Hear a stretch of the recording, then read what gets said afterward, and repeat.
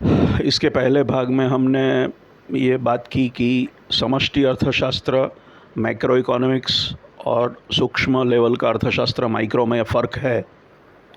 क्योंकि देश की सरकार, मैक्रो इकोनॉमिक्स मतलब देश की सरकार का इकोनॉमिक्स, और वो जिस तरह से इकोनॉमिक मैनेजमेंट करती है तो उसको वो तकलीफ़ें नहीं है जो आपको मुझको है। उसको पैसे की तकलीफ़ नहीं है, क्योंकि वही करेंसी पैदा करती है। वो जितना चाहे उतना करेंसी या पैसा पैदा कर सकती है। पैसा, चीज़ें नहीं, पैसा। तो जहाँ तक पैसे का सवाल है, सरकार को उसकी कोई कमी नहीं है। मुझे और आपको हो सकती है, सरकार को नहीं होगी। सरकार खुद पैसा बना सकती है, क्रिएट कर सकती है, छाप सकती है। वो हम में और सरकार में फ़र्क है। हम में मतलब इंडिविजुअल्स में, हाउस होल्ड्स में, राज्य सरकारों में, कंपनियों में, ये सब एक बोट में है, और दूसरी बोट में केंद्र सरकार है। खाली केंद्र सरकार के पास ही ये पावर है पैसा बनाने का, हमारे पास नहीं है पैसा क्रिएट करने का। राज्य के पास भी नहीं है, स्टेट गवर्नमेंट्स के पास भी नहीं है, मेरे पास नहीं है, आपके पास नहीं है, किसी बिज़नेस के पास नहीं है। दूसरा, मेरे लिए जो अच्छा वो देश के लिए अच्छा, ऐसा ज़रूरी नहीं है। हम सब अगर पैसा बचाना लगेंगे, हमको अच्छा लगेगा, तो देश में मंदी आ जाएगी, रिसेशन आ जाएगा, क्योंकि डिमांड ही नहीं आएगी। तो ये सब एग्जांपल्स प्रूव करते हैं कि मैक्रो इकोनॉमिक्स अलग तरह का, समष्टि अर्थशास्त्र अलग विषय है। हम जैसे घर चलाते हैं ऐसे देश को नहीं चला सकते, वो सबको समझना चाहिए। लेकिन अभी भी कुछ इकोनॉमिस्ट पुराने ज़माने के कंजर्वेटिव अभी भी ये समझ नहीं पाए हैं। अब ये हमने केन्स की बात की कि इन्होंने कैसे ये फंडे का इस्तेमाल करके कि भाई सरकार को कोई प्रॉब्लम नहीं है, और सरकार को एक्चुअली पैसा खर्चा करना चाहिए जब मंदी है, रिसेशन में से बाहर निकालने के लिए। बाकी भी बचत कर रहे हैं और सरकार भी बचत करने लगेगी तो देश कभी, इकोनॉमी कभी रिसेशन में से, डिप्रेशन में से बाहर नहीं आएगी। तो केन्स ने ये प्रूव किया, एक्चुअली हुआ ये उनके रिकमेंडेशंस के अनुसार, और ये सफलतापूर्वक हुआ। फिर हमने गेorg नाप और चार्टलिज्म की बात की कि सरकार करेंसी की इश्यू कर सकती है, फाइट थियरी ऑफ मनी और स्टेट थियरी ऑफ मनी। सरकार ही पैदा करने के पास उसके पास वो पावर है। तो ये है। एक अब्बा लर्नर करके एक और इकोनॉमिस्ट ने फंक्शनल फाइनेंस की बात की, जिनमें उन्होंने यही टाइप के आइडियाज़ को और बढ़ावा दिया, और केन्स भी उनके समर्थक थे। लेकिन समहाउ ये बात आगे तक पहुंची नहीं। ना केन्स उसको आगे तक ले गए, ना कोई और ले पाया, कोई भी वजह रही होगी। और केन्स के थियरी यहाँ तक सीमित रही कि जब मंदी आती है, रिसेशन आती है, डिप्रेशन आती है, तब कभी कभी सरकारें ये ट्राई करती है कि चलो खर्चा करें। तब सरकार थोड़ा बहुत डेफिसिट को भूल के खर्चा करने की सोचती है, और वो थोड़े बहुत हद तक रहता है, फिर वापस थोड़े टाइम के बाद ख़त्म हो जाता है, और फिर वापस चिल्ला चिल्ली शुरू हो जाती है कि बहुत डेफिसिट बढ़ गई, बहुत ऋण बढ़ गया, सरकार ने बहुत कर्ज़ा ले लिया, और वापस वहाँ पे रुक जाता है बात। तो ये लॉजिकल कंक्लूजन तक, लॉजिकल एंड तक कोई उसको पता नहीं क्यों ले नहीं गया। और हमारे यहाँ भी यशवंत सिन्हा जी जब फाइनेंस मिनिस्टर थे वाजपेयी सरकार में, जब वाजपेयी प्राइम मिनिस्टर थे, तब उन्होंने FRBM एक्ट पास किया था, fiscal responsibility and budgetary management, जिसमें कुछ फिस्कल डेफिसिट जो है, मतलब सरकार जितना खर्चा करती है और सरकार जितना कमाती है टैक्स के थ्रू और खर्चा करती है, उसका जो डिफरेंस है, अगर खर्चा ज़्यादा है तो डेफिसिट है, तो वो डेफिसिट का प्रपोर्शन फ़िक्स कर दिया कि भाई GDP के 3% ही होना चाहिए या ऐसा कुछ।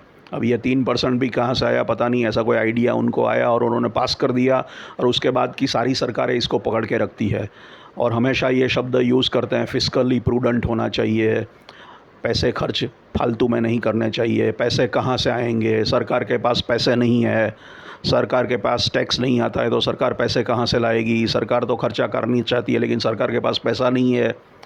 अगर आप सरकार को बोलो कि ये करो वो करो तो सरकार पैसे कहाँ से लाएगी। और हर बात यही बात अभी भी बेवकूफ़ों की तरह ये रिपीट की जाती है, बेवकूफ़ तोतों की तरह।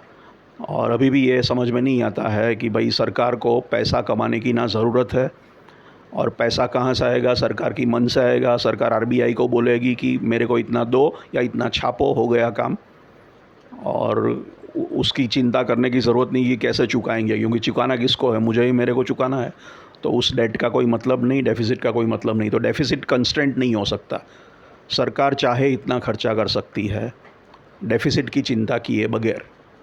डेफिसिट का कोई मतलब नहीं है। डेफिसिट एक मिथक है, एक झूठ है, एक परी कथा है जो बनाई गई है, और अभी भी लोग ये समझ नहीं रहे हैं। और आप समझो कि ये बात लॉजिकल है, मैं नोट छाप सकता हूँ तो फिर पैसा मैं कहाँ से लाऊंगा, वो दिक्कत कहाँ है। और मैं ही मुझसे भी उधार ले रहा हूँ, उसका भी मतलब क्या हुआ। मैंने आरबीआई से बोरो किया, मतलब देश की सरकार ने आरबीआई से बोरो किया, तो अंदर अंदर ही बोरो किया, मैंने ही अपने आप से बोरो किया, या मैंने ही मेरी प्रिंटिंग प्रेस में नोट छापी। तो नोट छापने का तो कहाँ कोई सवाल ही नहीं है, और छापने की भी ज़रूरत नहीं है, सीधा बैंक में ट्रांसफ़र कर दो। कागज़ के टुकड़े को भी वेस्ट करने की ज़रूरत नहीं है, अब इलेक्ट्रॉनिकली हो सकता है, सब डिजिटली हो सकता है। एक चेक में कितना भी बड़ा अमाउंट लिख दो, एक बड़ा नोट छाप दो, तो ऐसा भी नहीं कि कागज़ की ज़रूरत है। तो पैसा कंस्ट्रेंट नहीं है, और सरकार को पैसे कमाने की ज़रूरत नहीं है। सरकार आपके टैक्स के अमाउंट की मोहताज नहीं है। सरकार को अगर टैक्स नहीं मिलेगा तो भी सरकार चाहे तो पैसा पैदा कर सकती है, खर्च कर सकती है, क्योंकि उसके हाथ में प्रिंटिंग प्रेस है, करेंसी का इश्यू करने का पावर है एक सॉवरेन सार्वभौम सरकार को, जो कि भारत की सरकार है, और वो भारत की करेंसी में। भारत की सरकार यूएस डॉलर में ये नहीं कर सकती। आईएनआर, इंडियन नेशनल रुपी कितना भी क्रिएट करे, कोई उसको रोक नहीं सकता। यही बात कुछ इकोनॉमिस्ट ने अभी खुल के कही है, और उनकी थियरी को कहते हैं एमएमटी, मॉडर्न मनी थियरी या मॉडर्न मॉनेटरी थियरी। और ये लोग पूरी चीज़ को, ये केन्स के, लर्नर के, चार्टलिज्म के आइडियाज़ को फुल फ्लेज्ड सामने लाए हैं, उसको लॉजिकल कंक्लूजन तक ले गए हैं, और टेम्पररी नहीं, एक एज अ परमानेंट सॉल्यूशन की तरह देख रहे हैं वो लोग। Warren Mosler, Bill Mitchell, L Randall Wray, Stephanie Kelton, Pavlina Tcherneva, ये कुछ इकोनॉमिस्ट हैं जिन्होंने, इकोनॉमिक्स के प्रोफेसर हैं, इकोनॉमिस्ट्स हैं जिन्होंने ये थियरी सामने रखी है। इस पे किताबें लिखी गई है, और स्टेफनी केल्टन ने तो बेस्टसेलर बुक लिखी है जो पॉपुलर है, मतलब खाली इकोनॉमिस्ट नहीं, आम आदमी भी पढ़ सकता है, द डेफिसिट मिथ करके। डेफिसिट का मिथक गुजराती में हम खाद बोलते हैं, मतलब डेफिसिट मतलब ज़्यादा खर्चा किया, कमाया उससे, तो जो खर्चा और कमाई का डिफरेंस है जो पॉजिटिव है, उसको डेफिसिट बोलते हैं। तो वो फिस्कल डेफिसिट जो सरकार की है उसको, तो ये आइडिया ही बेवकूफ़ाना आइडिया है। डेफिसिट का कोई मतलब नहीं है, एक मिथक है, ये परी कथा है, कल्पना है, हकीकत में उसको कोई सिग्निफिकेंस ही नहीं है। तो ये बहुत लॉजिकल बात है, और इन्होंने स्ट्रांगली ये कही है। इन्होंने कहा है कि इसका फ़ायदा ये है कि सरकार ये भूल जाए कि डेफिसिट की चिंता नहीं करे, तो सरकार जितना पैसा खर्च करना चाहती है खर्च कर सकती है। सरकार पैसा खर्च करेगी, उसको हम फिस्कल एक्टिविटी बोलते हैं। फिस्कल में दो चीज़ें होती है, एक तो सरकार की आमदनी और सरकार का खर्चा। जैसे टैक्स वाला जो मामला है वो भी फिस्कल मामला है, क्योंकि सरकार को टैक्स से पैसा आता है। सरकार टैक्स कम करती है तो कम पैसा आएगा उसको, टैक्स बढ़ाती है तो ज़्यादा पैसा उसको मिलेगा। वो तो टैक्सेशन एक फिस्कल आइडिया है, उसी तरह सरकारी खर्चा भी एक फिस्कल आइडिया है। तो मॉडर्न मॉनेटरी थियरी खास करके सरकारी खर्चे वाले आइडिया पे जोर करती है, फिस्कल मेजर पे। आज तक जनरली मॉनेटरी थियरी जो फिस्कल से अलग है उसका ज़्यादा इस्तेमाल होता रहता है। मॉनेटरी में इंटरेस्ट कम करने की बात होती है, ग्रोथ बढ़ाने के लिए, अर्थतंत्र को वेग में लाने के लिए, कि रिज़र्व बैंक ऑफ इंडिया अपना इंटरेस्ट रेट कम करती है, रेपो रेट, और बाकी सब बैंक्स अपने इंटरेस्ट रेट कम करती है, तो बोलते हैं पैसा भी सस्ता हो गया, लोन लेना सस्ता हो गया, तो लोग ज़्यादा लोन लेंगे, इंडस्ट्री लोन लेंगी, और उत्पादन बढ़ेगा और रोज़गार बढ़ेगा वगैरह वगैरह। तो ये एक मॉनेटरी साइड थिंकिंग है, ये फिस्कल नहीं है। फिस्कल में एक्चुअली सरकारी खर्चे की बात आती है। तो मॉनेटरी थियरी एमएमटी जो है वो फिस्कल की बात करती है, वो करता है सरकार को पैसा खर्च करना हो तो उसको ही कहाँ से पैसा आएगा, पैसा नहीं है, वो सब चीज़ों में उलझने की ज़रूरत नहीं है। उसको जितना खर्च करना है वो कर सकती है, पब्लिक के काम कर सकती है, रोड बना सकती है, ब्रिज बना सकती है, फ्लाईओवर बना सकती है, जो करना है कर सकती है, अनाज खरीद सकती है, लोगों को नौकरी पे रख सकती है, जो चाहे वो कर सकती है, उसको पैसे की कमी है ही नहीं। ये सब सैलरी देने का पैसा नहीं है सरकार के पास, ये बेवकूफ़ाना बात है। वो सैलरी छाप के दे सकती है, उसको कुछ ख़रीदना है तो ख़रीद सकती है, कुछ लोगों को काम पे लगाने तो लगा सकती है, कुछ प्रोजेक्ट्स करने हो, कंस्ट्रक्शन करना हो, जो करना हो वो कर सकती है। उसके लिए उसके पास पैसा है और कोई कमी नहीं है। तो ये करने से क्या होगा, इकोनॉमिक एक्टिविटी बढ़ेगी, जीडीपी ग्रोथ बढ़ेगी, कमाई लोगों की बढ़ेगी, अनएम्प्लॉयमेंट कम होगा, फुल एम्प्लॉयमेंट की तरफ हम जा सकते हैं। तो एक फुल एम्प्लॉयमेंट बढ़ाने की तरफ ये लोग बात कर रहे हैं। रिसोर्सेज का यूटिलाइजेशन हो, लेबर का यूटिलाइजेशन हो, कैपेसिटी का अंडर यूटिलाइजेशन कम हो, प्रोडक्ट्स और सर्विसेज बढ़ें, सबका स्टैंडर्ड ऑफ लिविंग इससे इम्प्रूव हो, खास करके वो लोग जो बेकार बैठे हैं उनको भी काम धंधा मिले, रोज़गार मिले, तो हम फुल एम्प्लॉयमेंट की तरफ जा सकते हैं। एमएमटी का इस्तेमाल के आइडिया का इस्तेमाल करके अगर सरकार फिस्कल स्टेप पे ध्यान दे और ख़र्चा करे तो इससे फुल एम्प्लॉयमेंट हो सकता है, गरीबी कम हो सकती है, बेरोज़गार बढ़ेगा, गरीब लोगों का स्टैंडर्ड ऑफ लिविंग इम्प्रूव होगा और इनइक्वालिटी, असमानता भी कम होगी बहुत अमीर और गरीबों के बीच में। तो अच्छी चीज़ और ये करनी चाहिए। सवाल खाली ये है कि इसमें अगर बहुत ज़्यादा अगर आपने सरकार ने खर्चा किया और सामने रिसोर्सेज नहीं है, एमएमटी ये नहीं कहती कि भाई प्रॉब्लम डेफिसिट की है, डेफिसिट की प्रॉब्लम है ही नहीं, लेकिन इन्फ्लेशन की प्रॉब्लम हो सकती है। इन्फ्लेशन मतलब महंगाई बढ़ना और भाव बढ़ना, प्राइसेस बढ़ना। प्राइसेस कब बढ़ते हैं? जब सरकार खर्चा करती है या कोई भी इकोनॉमी में बहुत ज़्यादा पैसा फूंका जा रहा है कहीं से, और जितना पैसा घूम रहा है उसके सामने प्रोडक्शन नहीं बढ़ रहा है, प्रोडक्ट्स अवेलेबल नहीं है, लेबर अवेलेबल नहीं है, सर्विसेज अवेलेबल नहीं है। आप real resources, man, machines, materials, अनाज, खनिज, खाद्य, मिनरल्स, पेट्रोल, स्टील, ये सब फिज़िकल चीज़ें हैं, और आदमी और फिज़िकल चीज़ें, अनाज, सब्जी, ये सब, क्योंकि पैसे का इस्तेमाल करके आप ये सब खरीदोगे, वस्तुएं खरीदोगे, लोगों को काम पे रखोगे, लोग वस्तुओं को कन्वर्ट करेंगे या लोगों की सेवाएं खरीदोगे। तो ये सब खरीदने के लिए वो रिसोर्सेज अवेलेबल अनएम्प्लॉयड या कम एम्प्लॉयड या अनयूटिलाइज होने चाहिए। अगर फुल एम्प्लॉयमेंट है, सब बिज़ी है और इतना प्रोडक्शन ही नहीं है, तो आप पैसा खर्च करोगे तो सामने साधन ही नहीं है उतने, तो पैसा जाएगा कहाँ? क्योंकि पैसा से आप खरीद सकते हो, लेकिन पैसा तो बहुत है, लेकिन ख़रीदने के लिए चीज़ें नहीं है, तो फिर चीज़ों का भाव बढ़ता जाएगा। और बढ़ता कंटिन्यूसली भाव अगर बढ़ता गया तो इसको हम इन्फ्लेशन या मुद्रास्फीति कहते हैं। अब कंटिन्यूसली प्राइसेस बढ़ते रहते हैं तब। तो मॉडर्न मनी थियरी कहती है कि ये चीज़ पे ध्यान रखना चाहिए। हम ये नहीं कहते कि ये नहीं हो सकता, पैसे की कमी नहीं है, लेकिन साथ में आपको रिसोर्स को भी बैलेंस करना पड़ेगा। आपको देखना पड़ेगा कि भाई अंडर यूटिलाइजेशन है इकोनॉमी में, फैक्ट्रियाँ में कैपेसिटी यूटिलाइजेशन हो सकता है, उत्पादन बढ़ सकता है, रिसोर्सेज अवेलेबल हैं, लेबर अवेलेबल हैं, अनएम्प्लॉयमेंट है, ये सब है तो आप करो, तो पैसा खर्चो। अगर फुल एम्प्लॉयमेंट है, सबके पास काम है, प्रोडक्शन फुल कैपेसिटी पे चल रहा है, अभी उत्पादन बढ़ाने की नहीं है, अनाज भी पूरा उग रहा है, अभी ज़्यादा नहीं उगा सकते, जितना भी ज़मीन में से निकाल सकते थे, मिनरल्स एंड मेटल सब निकाल चुके, तो फिर ये करने का कोई मतलब नहीं। तो ये एक रियल कंस्ट्रेंट है, वो सोचना पड़ेगा।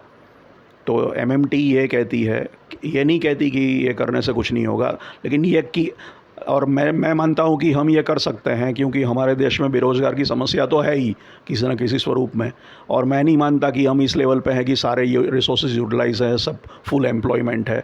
अभी भी कैपेसिटी है, उत्पादन की कैपेसिटी है और लेबर की कैपेसिटी है, तो हम कुछ ना कुछ हद तक इसको कर सकते हैं। खाली ये ध्यान रखना पड़ेगा कि ये मिसमैच ना हो जाए और इन्फ्लेशन पे, लेकिन ये किया जा सकता है, इम्पॉसिबल नहीं है।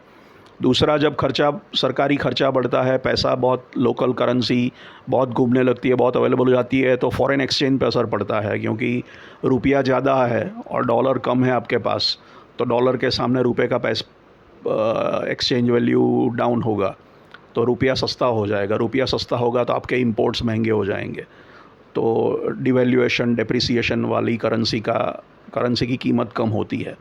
तो वो भी एक ध्यान में रखने वाली बात है, क्योंकि वो भी एक एस्पेक्ट है। पैसा जब सरकार बहुत खर्च करती है या इकोनॉमी में लोकल करेंसी में पैसा बहुत अवेलेबल होता है और घूमता है, तब एक इन्फ्लेशन का डर रहता है, और दूसरा फॉरेन एक्सचेंज रेट पे असर पड़ सकता है। लेकिन ये ऐसे इम्पॉसिबल काम नहीं है कि जिसको मैनेज नहीं किया जा सकता। तो हम अगर इंटेलिजेंटली प्लान करें, स्ट्रक्चर बनाए, सिस्टम बनाए ऐसा, तो हम एमएमटी को इस्तेमाल करके ये दोनों भयों को नज़र में रखते हुए, ये दोनों चीज़ें पे सजाग रहते हुए भी एमएमटी का इस्तेमाल करके हमारे देश में जीडीपी बढ़ा सकते हैं, समृद्धि ला सकते हैं, अनएम्प्लॉयमेंट, बेरोज़गार कम कर सकते हैं। मैं ये फर्मली मानता हूँ, और ये सरकार को इसके पे सोचना चाहिए। लेकिन अनफॉर्चुनेटली पुराने इकोनॉमिस्ट अभी भी ये समझने को सोचने को तैयार नहीं है। एक हद तक ये एक्सपेरिमेंट एक तरह से हुआ है हमारे देश में, जिसको हमने नरेगा के नाम से हम सब जानते हैं, Mahatma Gandhi national rural employment guarantee act, MGNREGA या नरेग्स गारंटी स्कीम, जिसमें रूरल एरिया में, ग्रामीण विस्तार में, जब यूपीए 1 की सरकार थी कांग्रेस वाली, उन्होंने ये स्कीम रखी थी कि गांव में एम्प्लॉयमेंट बढ़ाने के लिए उन्होंने गांव के लोगों को साल में कुछ दिन के लिए रोज़गार मिले, मिनिमम इतने 100 दिन, 365 में से 100 दिन ऐसा कुछ बनाया था कि उतना काम उनको देना है। उतना काम देने के लिए उनको पैसा दिया और उनके थ्रू काम करवाया, रूरल एरिया में चेक डैम बनवाए वगैरह। ये यूपीए 1 में सक्सेसफुली किया गया, बहुत बड़े स्केल पे यह काम किया गया और उसके कारण काफ़ी पैसा रूरल इकोनॉमी में गया। उसमें करप्शन भी हुआ, नो डाउट, क्योंकि जब खर्चा होता है तो एक बाई प्रोडक्ट करप्शन होता ही है। तो वो पार्ट थोड़ा बहुत, तो जैसे बिज़नेस में आप बहुत धंधा उधारी पे करते हो तो कुछ लोग नहीं देंगे आपको, तो बहुत एक्टिविटी है तो कुछ ना कुछ वेस्ट भी जाएगा, तो करप्शन हुआ होगा, उसकी मैं ना नहीं कहता, लेकिन सब करप्शन नहीं होता है। एक्चुअली रूरल एरिया में काम हुआ, रूरल गरीबों के हाथ में, गांव के लोगों के हाथ में पैसा गया, इतना पैसा गया कि मज़दूर शहर में मिलना कम होने लगे, मज़दूर शहर से ज़्यादा गांव की ओर जाने लगे और प्रॉस्पेरिटी रूरल एरिया में आई, गरीबों के हाथ में पैसा आया, समृद्धि आई और उसके कारण एक्चुअली पॉपुलैरिटी बढ़ी सरकार की। और इसी के कारण वो मेरे हिसाब से एक मेजर वजह थी कि वो इलेक्शन जीत के दोबारा पावर में आई, यूपीए 2 बना, फिर 2 के बाद वो हार गए और फिर मोदी साहब पीएम बन गए। लेकिन यूपीए 1 की सरकार ने ये किया, तब यूपीए 2 की सरकार बन पाई और यूपीए वाले वापस पावर में आए। और मेरा मानना है कि नरेगा की स्कीम से ये आए, क्योंकि नरेगा की स्कीम में इन्होंने एक्चुअली रूरल एरिया में बहुत खर्चा किया। अभी भी ये स्कीम चालू है, लेकिन हाल की सरकार इसमें बहुत भरोसा नहीं रखती है, चलाती रहती है, ज़रूरत पड़े तब, उदासीन है, मूड नहीं है, करती है नहीं करती है, इस टाइप का सीन है, एम्ब्रेस नहीं किया उसको पूरी तरह, जो भी वजह है। पेंडेमिक होता है, ऐसा वैसे मामलों में सरकार थोड़ा खर्चा बढ़ाती है, लेकिन जनरली अभी भी कंजर्वेटिव थिंकिंग है कि डेफिसिट को कंट्रोल में रखो। एफआरबीएम वाला फंडा अभी भी है 3%, या अभी बढ़ा दिया तो वापस कम करो, वापस कम करो, यही डर है, पैसा नहीं है, पैसा नहीं है, डेफिसिट बढ़ गई है, पता नहीं क्या होगा क्या होगा, ये डर बार बार दोहराया जाता है। ये मेरे हिसाब से ये सिली है, बेवकूफ़ी वाली बात है। तो नरेगा के कारण सक्सेसफुल ये हुआ था, ये एक्सपेरिमेंट हो चुका है। वो फंक्शनल फाइनेंस या केन्सियन का एमएमटी टाइप का ही एक किस्म का आइडिया है, ऐसा हम कह सकते हैं। तो एमएमटी एक यूज़फुल चीज़ है। ये करने से अगर आप इन्फ्लेशन के पॉसिबिलिटी को मैनेज करो, कंट्रोल करो, उसके लिए सोचो, प्लानिंग करो और साथ में फॉरेन एक्सचेंज पे भी नज़र रखो, तो सरकार फिस्कल खर्चा कर सकती है। बहुत बढ़ जाए तो इसमें फुल एम्प्लॉयमेंट की तरफ भी हम जा सकते हैं।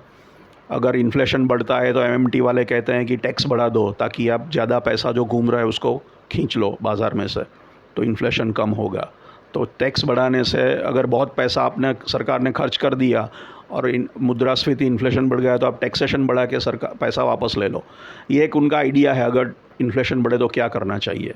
और फिर वो लेबर बोलते हैं कि वो लेबर फोर्स सरकार खुद नौकरी पे रख सकती है, और फिर वो लेबर फोर्स को सरकार, इन्फ्लेशन बहुत बढ़ जाए, लेबर की अवेलेबिलिटी कम हो, तो सरकार उनको प्राइवेट मार्केट में रिलीज़ करे, अपने प्रोग्राम में से छुट्टे कर दे, उनको छुट्टी दे, तो वो प्राइवेट सेक्टर में जाएँ, तो फिर प्राइवेट सेक्टर को लेबर मिलेगी, तो लेबर का कॉस्ट भी कम होगा।